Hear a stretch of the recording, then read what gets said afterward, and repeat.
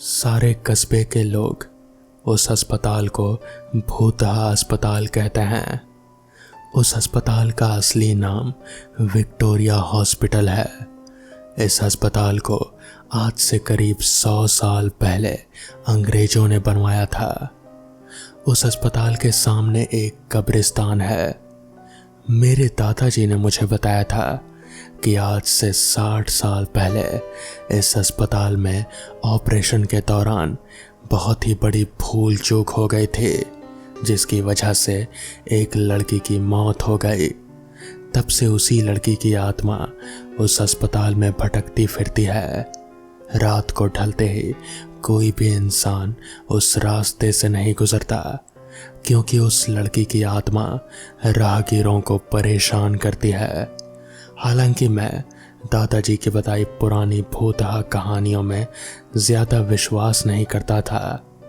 एक रात मैं अपने 2 दोस्तों अंकित और राजू के साथ रात को बाइक पर घूम रहा था। तभी मेरे एक दोस्त ने मुझे विक्टोरिया हॉस्पिटल वाले रास्ते से चलने को कहा। हम में से कोई भी ज़्यादा भूत प्रेतों पर विश्वास नहीं करता था, तो हमने उसी रास्ते से जाने का पक्का किया। उस समय रात के 10 बज चुके थे। हम तीनों ने ये बात अपने घर वालों को नहीं बताने का वादा किया और उस रास्ते पर निकल पड़े। जैसे ही हम उस रास्ते से निकले, रास्ते पर रेत होने की वजह से हमारी बाइक फिसल गई और हम तीनों धड़ाम से बाइक से दूर जाकर गिरे। गनीमत थी कि हम लोगों को कोई चोट नहीं आई। बाइक चला रहे मेरे दोस्त अंकित ने बोला कि उसका बैलेंस तो बराबर था, पता नहीं बाइक कैसे फिसल गई। हालांकि वो थोड़ा डर गया था, तो मेरे दूसरे दोस्त राजू ने बाइक चलाने को कहा। अब राजू बाइक चला रहा था। हम 1 किलोमीटर ही चले थे कि अचानक हमारी गाड़ी का टायर पंचर हो गया और गाड़ी की स्पीड तेज होने की वजह से गाड़ी इस बार फिर पिछली बार से दूर जाकर फिसलती गई। इस बार हमें कोहनियों और घुटनों पर थोड़ी चोट आई थी। अंकित फिर से बोला कि इस जगह में ज़रूर कोई गड़बड़ है, हम लोग वापस चलते हैं। लेकिन मैंने और राजू ने उसकी बात नहीं मानी और बाइक उठाकर पैदल चलना शुरू कर दिया। हम थोड़ी दूर चले ही थे कि अचानक किसी लड़की के चीखने की आवाज़ सुनाई दी। ये सुनकर हम रुक गए। तभी अंकित बोला, यार तुम लोगों को चीखने की आवाज़ सुनाई दी क्या? हमने उसकी बातों को अनसुना करके कहा कि शायद कोई जानवर की आवाज़ होगी। 5 मिनट चलने के बाद फिर वही चीख सुनाई दी। इस बार तो हम दोनों को भी थोड़ा डर लगने लगा। हम तीनों ने वापस चलने के बारे में सोचा, लेकिन हम रास्ते के बीच में आ गए थे। पीछे चलने में 3 किलोमीटर और आगे चलने में 2 किलोमीटर और बाकी था। हम लोगों ने आगे जाने का सोचा। थोड़ा आगे चलने पर हमें बरगद के पेड़ के नीचे एक औरत दिखाई दी। इतनी रात को अकेली औरत को देखकर हमारे रोंगटे खड़े हो गए।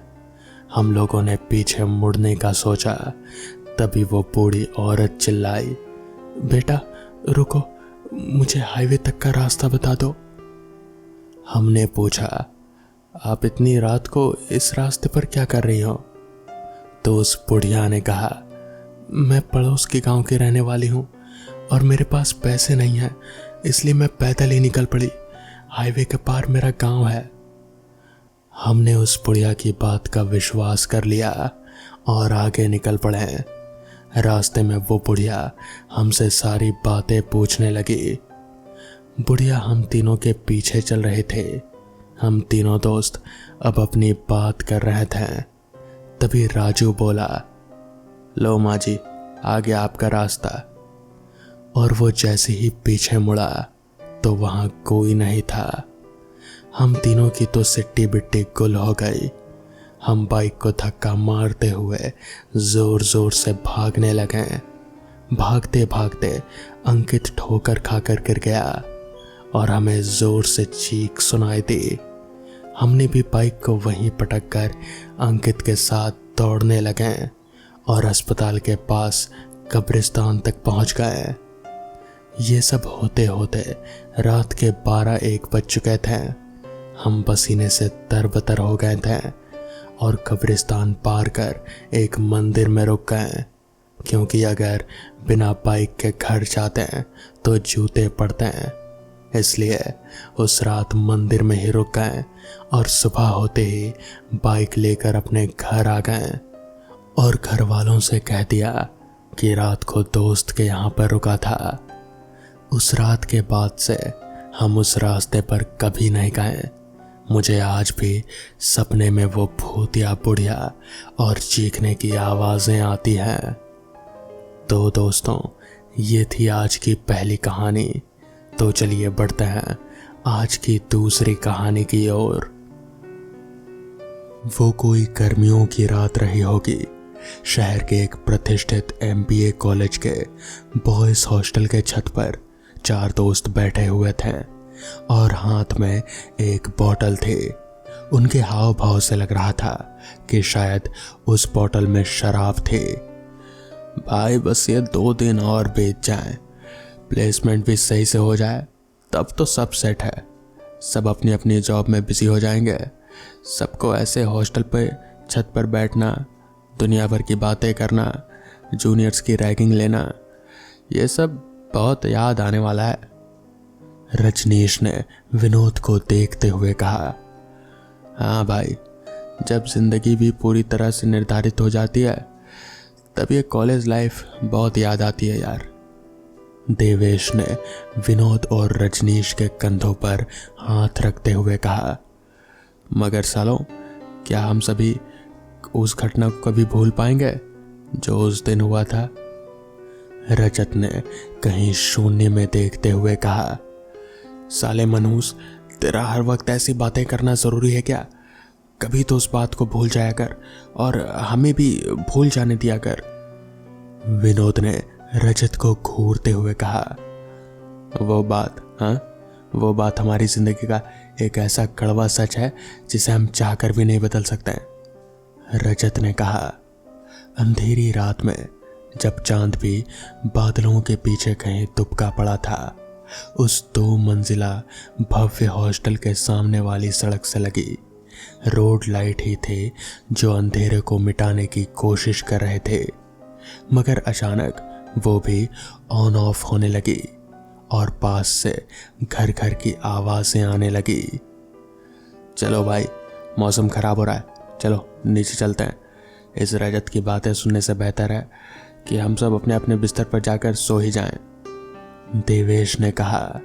इसके बाद वो चारों छत पर रखी बड़ी सी पानी की टंकी के दाईं ओर लगी लोहे की सीढ़ी से नीचे उतर गए।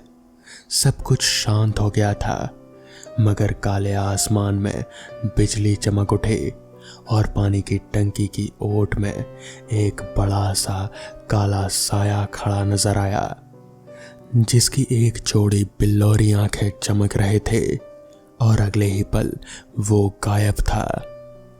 रात के 2 बज रहे थे। दूसरी मंजिल के बड़े से गलियारे के दोनों ओर 6-6 कमरे थे और उस गलियारे से ही निकलता हुआ गलियारा बाईं ओर मुड़ गया था, जहां फिर दोनों ओर 6-6 कमरे थे। पहले वाले गलियारे के अंत में एक बड़ी सी वॉल क्लॉक लगी हुई थी और उसके बाईं ओर बाथरूम और दाईं ओर स्टोर रूम था। वॉल क्लॉक से आगे बढ़ते हुए देवेश और रजनीश का कमरा दूसरे नंबर का था। वो उसके सामने वाला कमरा विनोद का था। गलियारे में लगा छोटा सा पीला बल्ब केवल एक इशारा कर रहा था कि यहाँ जिंदा लोग हैं, अन्यथा वहां शमशान से भी ज्यादा खामोशी पसरी थी। रजनीश और देवेश अपने कमरे में अपने अपने बिस्तर पर सो रहे थे। उनके बगल वाले कमरे में रजत और विनोद घोड़े बेचकर सोए हुए थे। पूरे हॉस्टल में खामोशी पसरी हुई थी। रोड लाइट के ऑन ऑफ होने की तरह अब गलियारे में लगा बल्ब भी जल बुझ होने लगा था। पूरे हॉस्टल में किसी लड़के के फफक फफक कर रोने की आवाजें गूंजने लगी। रजनीश की आंखें खुली और नींद में ही एक फत्ती सी गाली देता हुआ वो बोला, कौन है यार, लड़कियों की तरह रोए जा रहा है रात के समय। और वो नींद में ही चलता हुआ बाहर गलियारे में पहुंचा, मगर वहां कोई नहीं था। हाँ, बल्ब जरूर अब भी जल बुझ रहा था।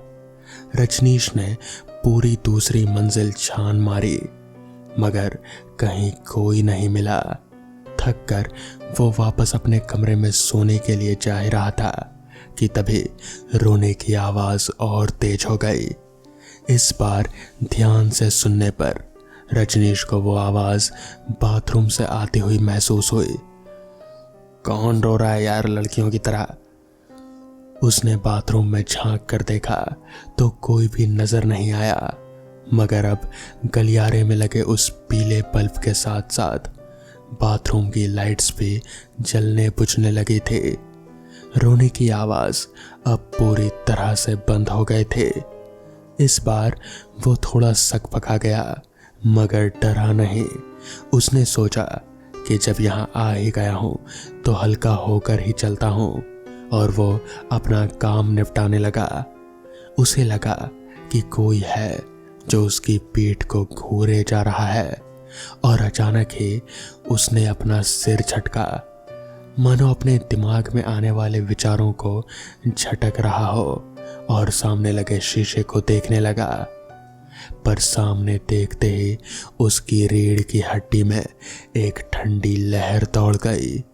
शीशे में उसे वही काला साया नजर आया जिसके सिर्फ आंखें चमक रहे थे, बिल्ली जैसी डरावनी आंखें। वो आंखें धीरे धीरे रजनीश के करीब आ रहे थे और करीब आती गई। कौन? रजनीश उन आंखों को पहचान चुका था, मगर उसे यकीन नहीं हो रहा था कि ये वही साया है। पहचान तो तू गया ही है, अब देर मत कर, चल मेरे साथ। उस काले साए ने आवाज में एक अलग ही लचक के साथ कहा, नहीं, मैं कहीं नहीं जाऊंगा। और तू लौट कैसा है साले? कहता हुआ रजनीश उस साए को मारने के लिए पलटा ही था, मगर उसने रजनीश को दूर धक्का दे दिया और अपने बाईं ओर लगे वॉश बेसिन को उखाड़कर उसके सिर पर फेंक दिया। खून का एक फव्वारा निकला और अगले ही पल सब शांत। वो साया गायब हो चुका था। अगली सुबह तक पुलिस, वार्डन और हॉस्टल के लड़के उस बाथरूम में खड़े हुए थे। रजनीश की लाश को पहचानना मुश्किल हो चुका था। इधर देवेश, विनोद और रजत का चेहरा पीला पड़ चुका था। आखिर उनका दोस्त अब उनके बीच नहीं था, और जिस बेरहमी से उसका खून किया गया था उसे देखकर तो कोई भी डर जाता। उन तीनों का वो दिन जितनी मुश्किल से बीता था, रात उससे भी ज्यादा मुश्किल से बीतने वाली थी। रात हो गई थी, तीनों ने बामुश्किल खाना खाया और अपने कमरे में सोने चले गए। उन्हें अब भी यकीन नहीं हो रहा था कि जिस रजनीश के साथ बैठकर वो बीती रात अपनी आगामी भविष्य की योजना बना रहे थे, वही रात रजनीश की आखिरी रात थी। विनोद और रजत तो अपने कमरे में साथ थे, जैसे तैसे उनका समय कट रहा था, मगर देवेश वो अपने कमरे में अकेला था। उसे रह रहकर रजनीश की डरावनी लाश उसके आंखों के सामने याद आ रहे थे। जैसे तैसे आंखें मूंदकर वो सोने की कोशिश करने लगा। रात के किसी पहर उसकी नींद दरवाजे पर हुई दस्तक के कारण खुल गई। देवेश, उस आगंतुक ने बाहर से आवाज दी। वो आवाज तो विनोद की थी, मगर उसमें जो लचक थी उससे देवेश अनजान नहीं था। विनोद? देवेश ने घबराते हुए पूछा। दरवाजा खोल। वो आवाज अब अपनी लचक खोकर भयानक और डरावनी हो गए थे। देवेश की कमरे की लाइट भी बंद हो चुके थे। अब उसे समझ आ गया था कि उसके कमरे के बाहर वो कौन था। दरवाजा खोल। वो भयानक आवाज फिर गूंजी। अब देवेश डर से चिल्लाने लगा था, इधर उधर भागने लगा था। भड़ाक की आवाज हुई और दरवाजा टूटकर जमीन पर गिर चुका था। ज, ज, ज, ज, तू? देवेश की आवाज में डर झलक रहा था। हाँ, मैं। क्या गलती थी मेरी? तुम लोगों ने मुझे किस गलती के लिए इतना जलील किया था? जीते जी तो मुझ में ताकत नहीं थी तुम लोगों को जवाब देने की, मगर अब मरने के बाद मुझ में भी ताकत है और शक्ति भी। अब मैं बदला लूंगा, उस साय ने कहा, जिसे अभी अभी देवेश ने जय कहकर संबोधित किया था।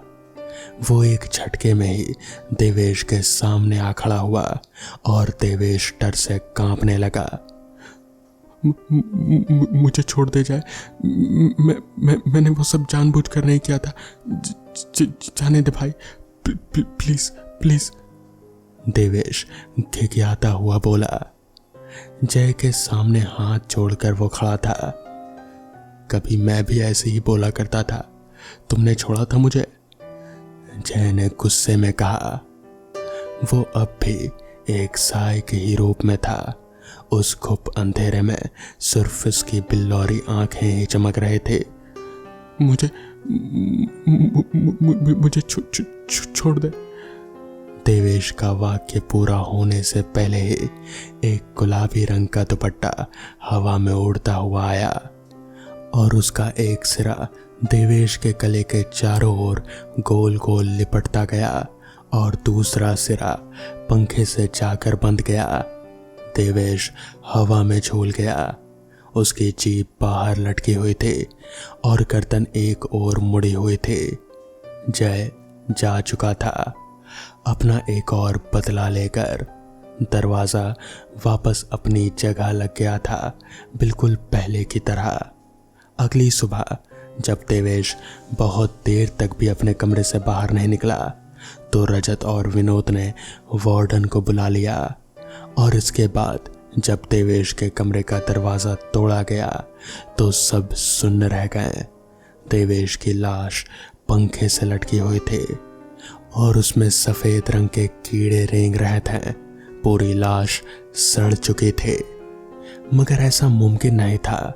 देवेश तो कल रात ही मरा था, तो फिर ऐसा कैसे हो सकता है? इतनी जल्दी उसकी लाश कैसे सड़ सकती है? रजत और विनोद अब एक दूसरे का चेहरा देखने लगे। शायद उन्हें भी अब अंदाजा हो चुका था कि उन्होंने कितनी बड़ी गलती की थी, जिसकी सजा उनके दो दोस्तों को मिल चुकी है और शायद अब इन दोनों को भी मिलने वाली थी। रजत और विनोद वहीं पास ही में खड़े पुलिस अफसर के पास गए और उन्हें अकेले में बात करने के लिए राजी कर लिया, जिसके बाद उन्होंने उस अफसर को पूरी बात बता दी। दरअसल रजत, विनोद, देवेश और रजनीश ये चारों दोस्त एक जूनियर जयंत उसकी रैगिंग लिया करते थे। बहुत ही बुरी तरह से उसे जलील किया करते थे। एक दिन वो लोग हॉस्टल की छत पर जयंत को ले गए और उसे पूरी तरह से जलील करने लगे। जयंत हॉस्टल के छत पर किनारे पर बैठा हुआ था और गलती से इन लोगों का झटका जयंत को लगा और जयंत छत से धड़ाम से नीचे जा गिरा। गिरते ही उसकी मौत हो चुकी थी। चारों दोस्तों ने वहां से निकलना ही सही समझा और वो लोग वहां से निकलकर अपने अपने कमरे में आ गए। इस घटना को हॉस्टल की तरफ से आत्महत्या करार दिया गया। तब भी उन चारों दोस्तों ने किसी को कुछ नहीं कहा और ये राज हमेशा के लिए अपने में ही रखा। और शायद इसीलिए उन लोगों को उनकी सजा मिली।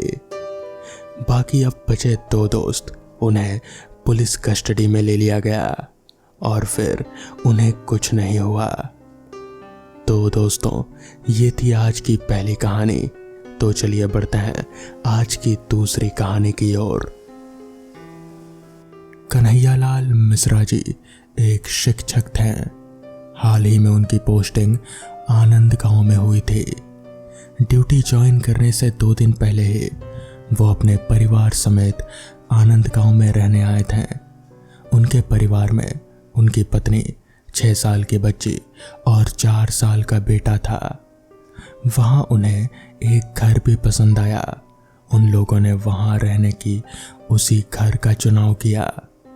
घर के बाहर एक बड़ा सा आंगन था जिसमें छोटा सा बगीचा और उसमें कुछ झूले भी थे। बच्चे तो उन झूलों को देखकर बहुत खुश हुए। दिन भर वो दोनों उसी बगीचे में खेलते रहे। मिश्रा जी और उनकी पत्नी अपने घर में सामान ठीक करने में व्यस्त थे। पूरा दिन इसी तरह गुजरा और फिर सभी ने खाना खाया और वो लोग सो गए। रात में उनकी बच्ची प्यास लगने की वजह से उठी और किचन में जाकर पानी पीने लगी। किचन की एक खिड़की बगीचे की तरफ खुलती थी। किचन में जाते ही उसे झूलों के झूलने की आवाज आने लगी। रात के शांत माहौल में इस तरह की आवाज से वो बच्ची डर गई और पानी पिए बगैर ही जल्दी से कमरे में जाकर अपनी माँ को कसकर पकड़कर सो गई। अगले दिन उसने जब ये बात अपने माँ बाप को बताई तो उन्होंने ये कहकर टाल दिया कि हवा की वजह से झूले झूल रहे होंगे। बच्ची बहुत होशियार थी। उसे पता था कि उसके माँ बाप उसकी कही बात पर तब तक यकीन नहीं करेंगे जब तक कि वो खुद अपनी आंखों से देख ना लें। अब बच्ची रात होने का इंतजार करने लगी। जैसे ही रात हुई तो सब सो गए, लेकिन बच्ची अभी भी जाग ही रहे थे। अचानक से उसे झूलों के झूलने की आवाज आने लगी। बच्ची को डर तो लग रहा था, मगर उसे ये भी जानना था कि आखिर झूले हवा की वजह से हिल रहे हैं या फिर सच में कोई उनके झूलों पर झूला झूल रहा है। इतनी रात को भला कोई क्यों आएगा झूला झूलने? मगर उस बच्ची के मन में यही सवाल था। जैसे ही झूला झूलने की आवाज़ें आने लगी, वैसे ही उस बच्ची ने अपनी माँ को उठाया और उसे किचन में ले गई। वहाँ जाकर उसने अपनी माँ से कहा कि हमारे झूलों पर कोई झूल रहा है।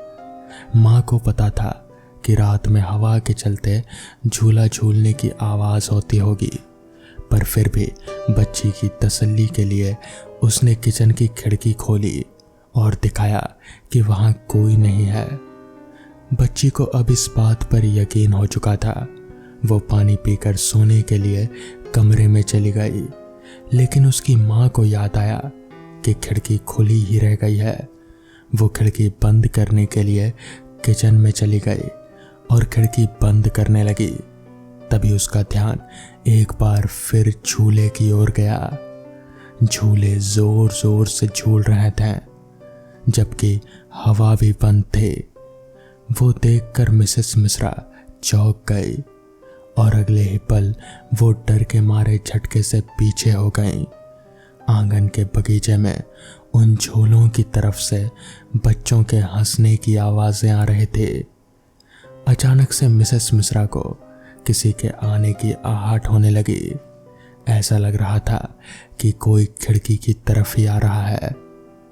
मिसेस मिश्रा ने जल्दी से खिड़की बंद की और वहां से दौड़ती हुई कन्हैयालाल के पास जाकर उन्हें उठाने लगी। कन्हैयालाल उठे और मिसेस मिश्रा के कहे अनुसार आंगन में जाकर देखने लगे। बगीचे में कोई नहीं था, झूले भी नहीं झूल रहे थे। सब कुछ बिल्कुल नॉर्मल और शांत था। कन्हैयालाल झूले से एकदम पास जाकर खड़े हुए थे और उनकी पत्नी वहीं कुछ ही दूरी पर खड़ी थी। अचानक से एक झूला जोर से हिलता हुआ कन्हैयालाल को आकर लगा। ऐसा लगा कि जैसे किसी ने जानबूझकर धक्का दिया हो। और फिर रहस्यमय डरावनी हंसी की आवाज, और फिर साथ ही में एक और आवाज गूंजी, चले जाओ यहां से, ये हमारा घर है, ये झूले हमारे हैं, अगर नहीं गए तो तुम भी मरोगे। एक यही आवाज वहां पर गूंज रहे थे। और फिर कुछ धुंधली सी आकृतियां वहां दिखने लगी।